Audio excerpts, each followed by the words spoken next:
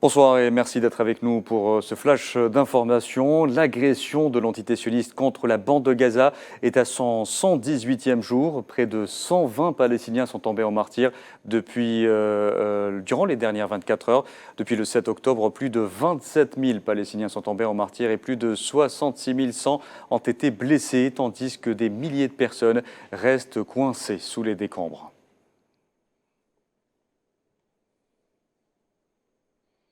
Et la ville de Khan Younes, au sud de la bande de Gaza et ses alentours, est depuis plusieurs jours devenue l'épicentre de cette agression où au moins 2 Palestiniens sont tombés en martyrs et d'autres blessés ce jeudi dans des frappes aériennes israéliennes qui ont ciblé plusieurs maisons dans le quartier de Jurat et Al-Aqad.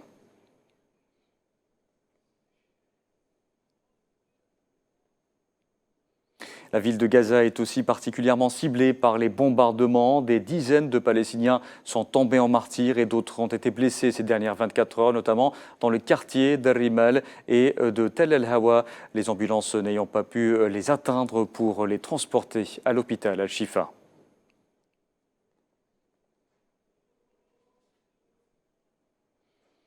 Et les hôpitaux demeurent des cibles privilégiées des engins de guerre israéliens. Des véhicules de forces sionistes ont pris d'assaut l'hôpital Al-Amal et ses alentours pour le 3e jour consécutif avant de se retirer. L'hôpital a admis hier 12 martyrs, dont un employé et un bénévole du Croissant Rouge, en plus de 6 blessés.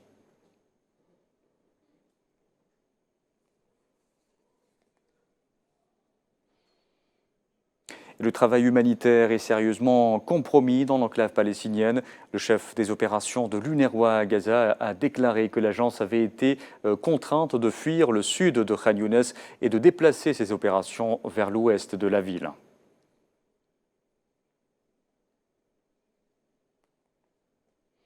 Et dans ce contexte, plus de 30 000 déplacés dans les écoles proches du complexe médical Nasser manquent d'eau, de nourriture, de préparation pour nourrissons et de médicaments nécessaires pour soigner des milliers de patients.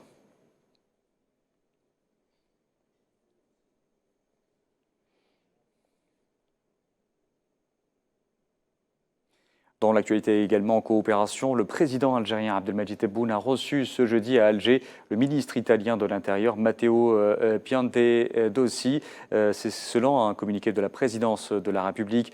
L'audience s'est déroulée en présence du directeur de cabinet à la présidence, Boualem Boualem, du ministre de l'Intérieur, des collectivités locales et de l'aménagement du territoire, Brahim Merer, et du ministre et du secrétaire général du ministère des Affaires étrangères et de la communauté nationale à l'étranger.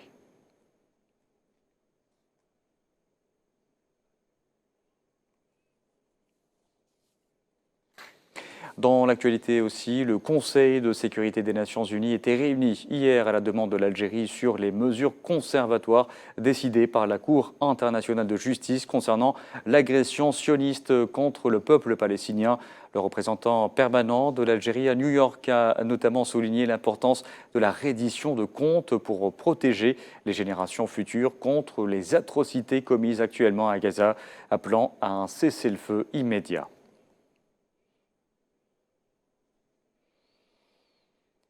Et dans ce même esprit, la ministre sud-africaine des Relations internationales et de la coopération, Naledi Pandor, a appelé l'entité sioniste à appliquer l'arrêt de la Cour internationale de justice qui avait ordonné à l'occupant sioniste de prendre toutes les mesures en son pouvoir pour empêcher des actes de génocide et améliorer la situation humanitaire à Gaza.